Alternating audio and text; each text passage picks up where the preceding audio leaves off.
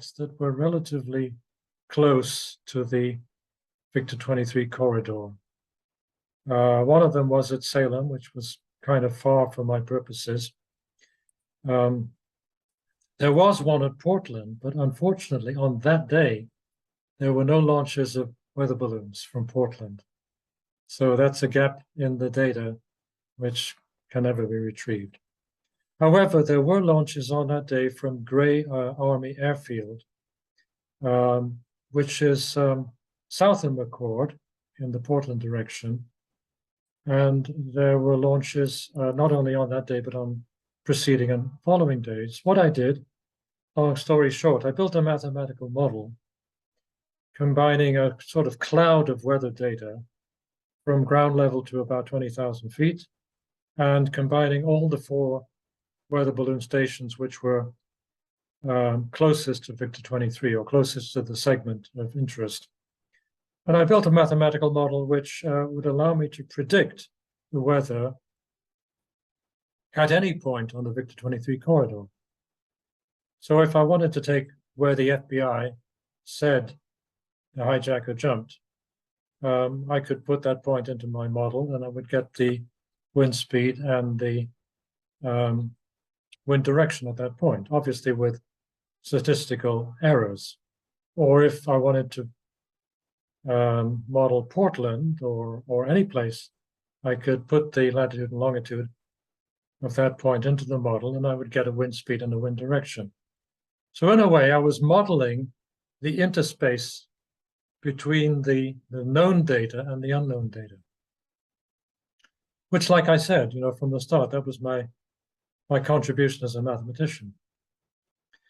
Anyway, as it turned out, it didn't make much difference where on Victor 23 you picked the point.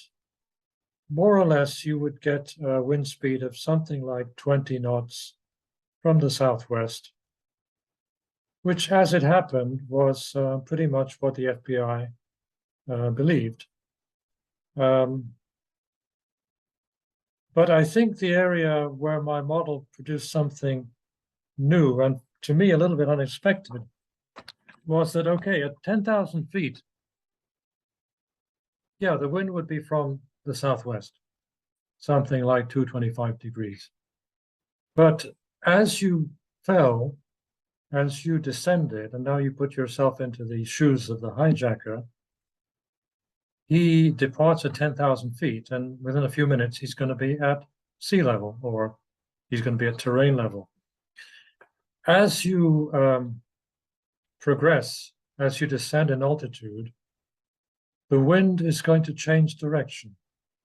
The wind would shift through southerly, and by the time you were down near the ground, it would be, in fact, in a southeast direction. So you would be going northwest. And also the wind would drop as you got nearer the ground. So from, say, 20 knots at 10,000 feet.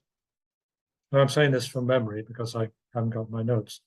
You'd be down to something like 5 knots at terrain level or sea level. So in fact, the hijacker's descent path would not in any way be the straight line towards the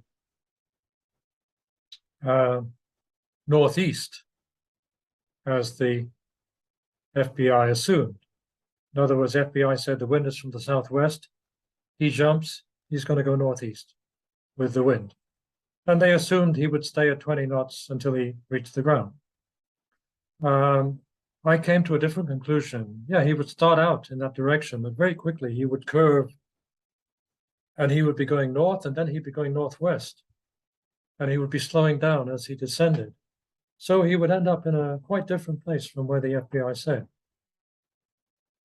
And the other element of my model was that the model had a lot of uncertainty into it, because as we all know in our daily life, weather is very, very unpredictable. I mean, you can walk down a city block and the weather can change.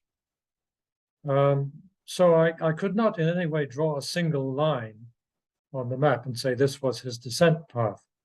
What I could do is I could draw something like a fan, where okay, the fan is narrow at the point where he leaves the airplane, but as he descends, the fan gets bigger, and it's got uncertainty in the direction, and it's got uncertainty in the speed. So the best I could do in terms of elucidating his point of landing was to say, well, he's within this fan. This, I think, allowed me to look at scenarios which put his landing point. I mean, even if you believe the FBI hypothesis about where he jumped, which later on I will explain to you that I don't, but even if I did, there were areas that he could have fallen, which they didn't search because they had put him moving in a straight line. If you could just mention some of those locations, that would be great. Geographically. Well, okay, just for the record, yeah, the FBI, the central hypothesis, and to be honest, to be fair to the FBI, I should say that they got all of this from Northwest Airlines. It was not their own calculations. A senior person at Northwest Airlines did these calculations. He wrote a 2-page memo with a map attached, and he gave it to the FBI. The map showed this straight line that he believed the hijacker would be on. To be fair to him, he did say there's uncertainties in the northwest and north-south direction. There's also uncertainties in an east-west direction. But he gave it to the FBI, and the FBI essentially took it on board and started looking in that place. And that place was a point called Highland, Washington, which is essentially it's a junction of 2 roads. I don't think there's even any population there. The nearest town, as everybody knows very well, is Ariel, Washington, which is a hamlet, which has become famous as part of the legend. But the point where the FBI assumed the hijacker jumped was a place called Highland. So they said 10,000 feet above Highland, that's point A. We'll start from point A, that's the point on the map, and we will work north, south, east, west.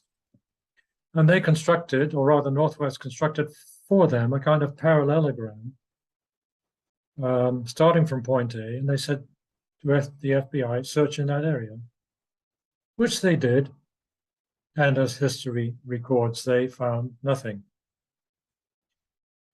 My model told me that even if point A was correct, there were areas outside that parallelogram which they should have searched to allow for the uncertainty in the wind, direction, and speed as the hijacker descended.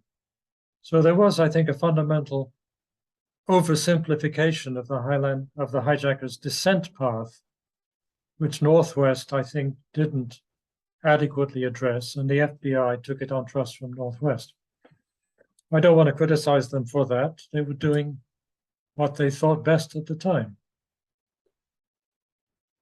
And also, I think they didn't have computers in 1971 of the power that we have today. So on my laptop, I can do some fairly complex regression analysis and modeling, which in those days, maybe you would have needed a mainframe. So I don't fault them for simplifying the path and thereby simplifying the ground search area.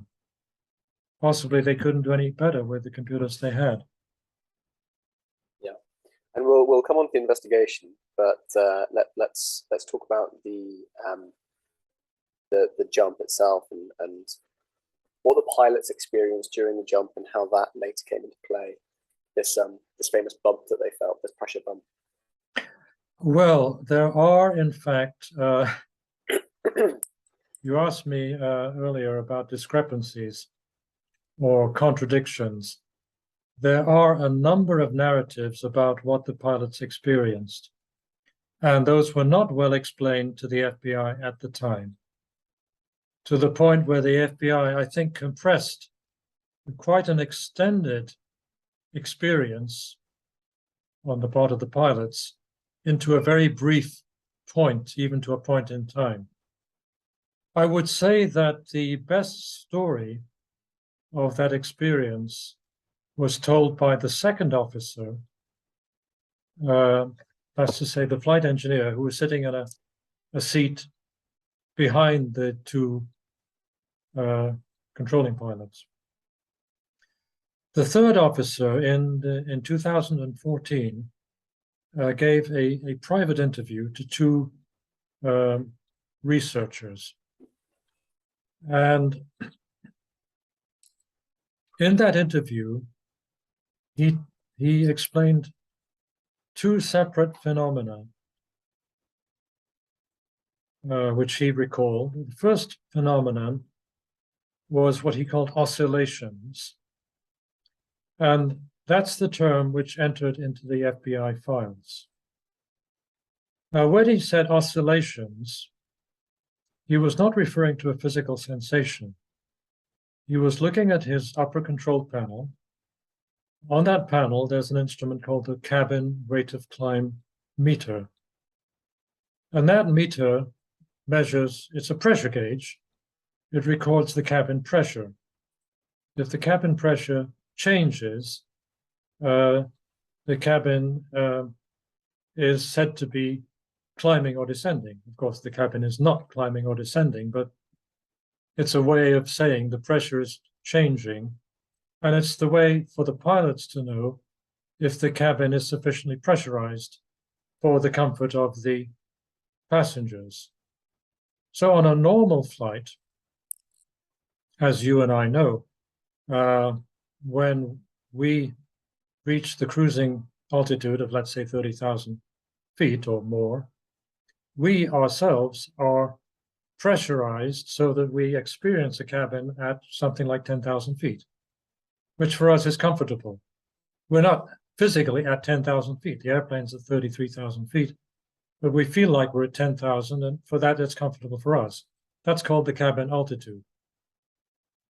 So the cabin rate of climb meter is recording changes in the pressure within the cabin. So there's pressure gauges in the cabin, recording the pressure that's converted to an altitude, and changes in the altitude create a rate of climb or rate of descent. What the second officer saw was fluctuations in that gauge. So he wasn't feeling anything. He saw the needle moving, and he didn't say climbing or descending or doing both. He just said there's fluctuations in the rate of climb meter. Obviously, he conveyed that to the pilot flying and pilot monitoring, because the pilot in the right-hand seat at some point turned around to look at that meter, because from his seat he couldn't see it. He would have to turn around. Even turning around, he wouldn't have a very good view. But he turned around, I suppose, in order to confirm with his eyes what the second officer was saying. That's a kind of famous report. It's called the earplug report. It's in the FBI files, because his earplug, while he's turning around, falls out of his ear. And he says, oh, excuse me, my earplug fell out. So here we have a situation where the second officer reports a fluctuation on the gauge. The second officer hears about it, turns around to confirm that. And now we go back to the second officer, because his story, I think, is, for me, it's much the most coherent story of this episode. He says the oscillations continued for some time. And he doesn't say how long that was, which I understand, because when you're a pilot, you don't keep track of time. Time can be extended or compressed. I've flown airplanes myself, and I couldn't tell you whether a minute passed or 2 or 3